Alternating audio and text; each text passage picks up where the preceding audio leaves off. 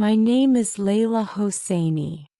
I am 16 years old and live in Isfahan, a beautiful and historic city in the heart of Iran.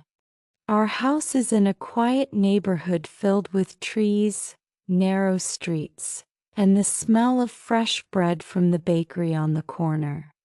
I am just a regular teenage girl who loves books, especially poetry, and I dream of becoming a writer one day. I go to school, I help my mother in the kitchen, I fight with my little brother Reza sometimes, and I worry about my exams just like any other student. But on the night of June 13th, 2025, my world changed completely. I want to tell you my story because it is not just about politics or war. It is about real people like me, living in fear and confusion, trying to find hope in the middle of destruction. June 12th, 2025. The sky was clear, and the early morning breeze came in through the window carrying the smell of jasmine flowers from our small garden. I stretched my arms and yawned as I opened my eyes. The soft voice of my mother calling from the kitchen brought warmth to my heart. Leyla, June, breakfast is ready. I walked into the kitchen where my mother was pouring hot tea into small glasses. The scent of cardamom filled the air.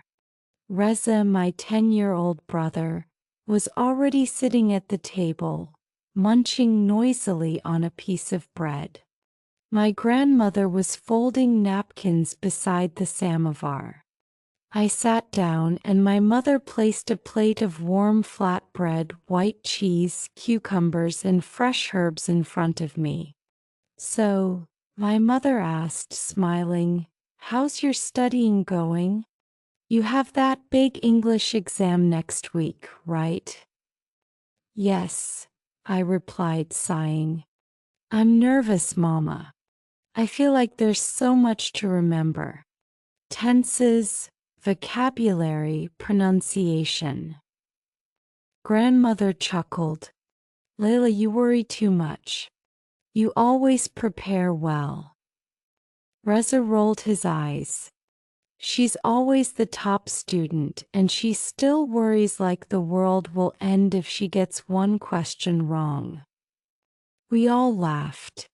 It was a peaceful, happy morning. One that I didn't realize would become a memory I would hold tightly for the rest of my life. At school, Zara, my best friend, waited for me near the entrance. "Guess what?" she whispered as we walked to class. "I found a new book of Persian poems at the library. We have to read it together." We spent the lunch break under a tree reading a few lines from the book, smiling and giggling as we talked about our favorite verses. When school ended, we walked through the park watching the children play. An old man sat feeding pigeons, smiling kindly at us. "When we're old," Zara said, "let's meet here and feed birds every week." "Only if you promise to still bring books," I teased. That evening I studied late into the night. My little desk was covered in notes and vocabulary cards. I underlined a line in my English book: "The sun always rises after the darkest night." I copied it into my journal and drew a small sun beside it. Little did I know how much I would need those words. It was almost 3 a.m. when I woke up. At first, I was disoriented, unsure of what had pulled me from my dreams. Then I heard it, a sound like thunder but deeper, more violent. My windows rattled. The air felt heavy. I sat up, my heart pounding. I looked out the window and gasped. The night sky was glowing. A strange red and orange light danced above the rooftops. Then came another boom. The explosion shook the ground beneath me. I screamed. My bedroom door burst open. My mother stood there holding a trembling Reza in her arms. Leyla, get up. We have to go to the basement now. We rushed down the stairs. Grandmother was already there, her hands clutching her prayer beads. She didn't look frightened, just calm, focused, as if her prayers were protecting us. Another explosion roared in the distance. We huddled together on old blankets. The basement was cold. Reza buried his face in my shoulder. My mother was trying to stay calm, but her hands were shaking. She turned on the old radio we kept for emergencies. A panicked announcer spoke. Massive Israeli airstrikes have hit locations across Iran, including military and nuclear sites near Isfahan. Citizens are advised to remain indoors. Reza began crying. Why is this happening? Are they coming to hurt us? No, baby, Mama whispered, hugging him tightly. We're safe here. We're together. That's what matters. I felt like I couldn't breathe. I had seen war in movies, but I never thought I would feel it in my bones. The sounds outside, sirens, blasts, shouting in the street, felt unreal. Mama, I asked, barely able to speak, is this a real war?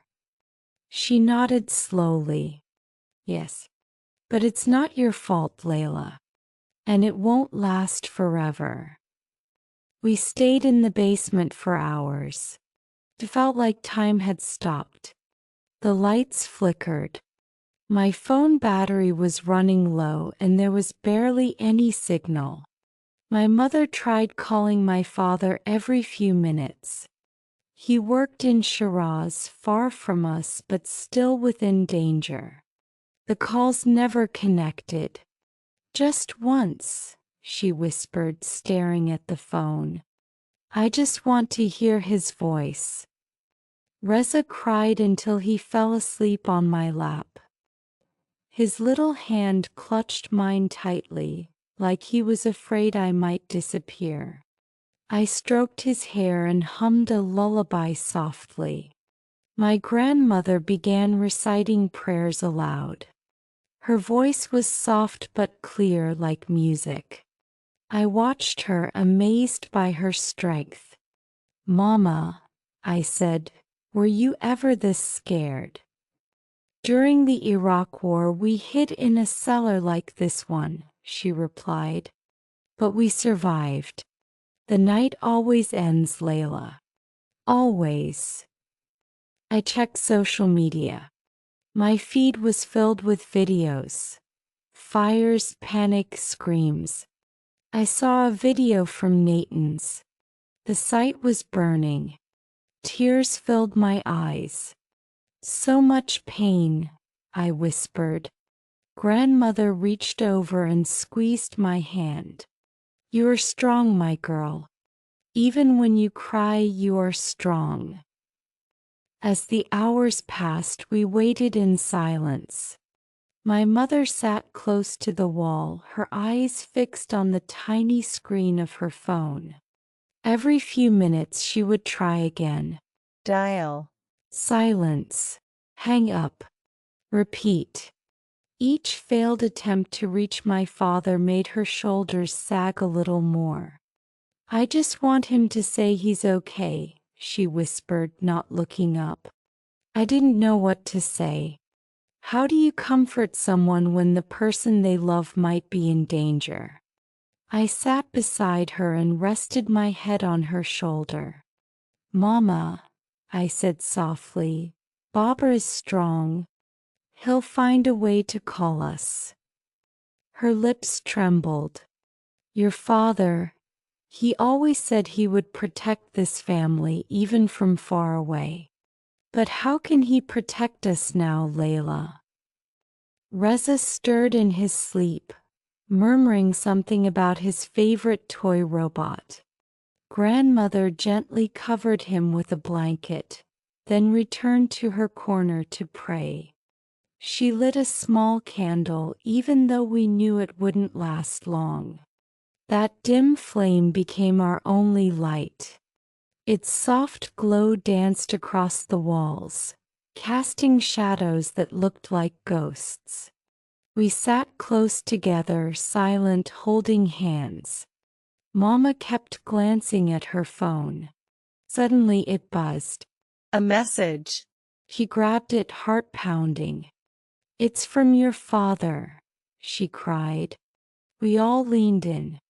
The message was short, but it felt like a treasure. "I'm safe. I'm in Shiraz. Signal is bad. Stay strong. I love you all." Tears poured down Mama's cheeks. She held the phone to her chest, sobbing with relief. Grandmother said a long prayer of thanks, and I felt something heavy lift from my heart. Reza woke up to our quiet joy and smiled sleepily. "Baba's okay?" he asked. "Yes, Janam," Mama whispered. "Baba is okay." That one message gave us strength. We weren't alone anymore.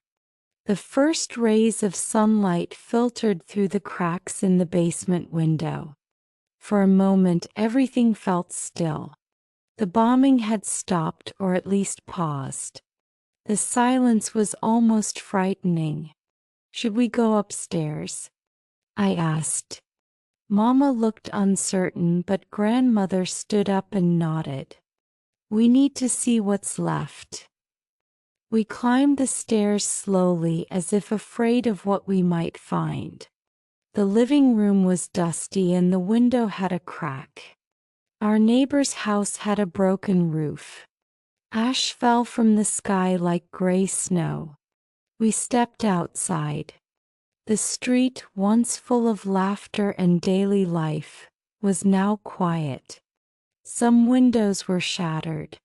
A car down the road was burned. But our home still stood. Other neighbors emerged, eyes tired, faces pale.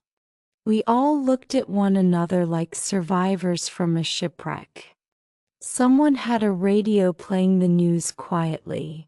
The attack had caused serious damage across several cities. Some people had died. Hospitals were full. I heard a girl my age sobbing nearby. Her uncle was injured in one of the blasts. I went to her and hugged her tightly. "I'm Leyla," I said. "We'll get through this together." She nodded through her tears. "I'm Marjan. Thank you." That day, the people of our street cleaned the damage together. We helped the old couple next door collect broken glass. Mama and I cooked rice for the family whose kitchen had burned. Everyone shared whatever they had. The war had tried to break us, but it brought us closer. Life didn't return to normal. Not really. The fear still lingered. Every loud sound made us jump. Every sunset reminded us of that terrible night. But something had changed inside us too. We were stronger. One evening, I found Mama sitting in the garden, writing something in a notebook. "What are you writing?" I asked. "A letter to your father," she said. "Even if it takes days to send, I want him to know what we felt." I smiled. "I'm writing too. A story about us. About that night." He looked at me surprised. "You're telling the world?" "Yes," I said, "because people need to know what war does to families. Not just numbers. Real hearts. Real fears." Mama reached over and hugged me. "I'm proud of you, Leyla." Even Reza began drawing pictures. Some showed tanks and planes, but others were of our family hugging, holding hands, and laughing. Today is June 14th, 2025. Only one day has passed since the night that changed everything. This morning we tried to return to some kind of routine, but nothing feels normal. The news is still on constantly. Every hour we hear updates about the damage, the attacks, and how the world is reacting. My mother is quiet, her face still pale. My grandmother hasn't left her prayer mat. Reza stays close to me even when I go to the bathroom or the kitchen. Our school is closed and the streets are mostly empty. A few shops opened for a short while, but people spoke in whispers. I saw Zara from a distance. We waved but didn't talk. There was too much between us now: fear, sadness, and confusion. I sat at my desk and tried to write in my journal. I wanted to put everything into words, but my hands shook. Instead, I wrote just one line: I survived the night, but the war is not over. I don't know what tomorrow will bring. I don't know when or if we will feel safe again. But I do know that we are alive. And that matters. For now, that is enough. The story is over.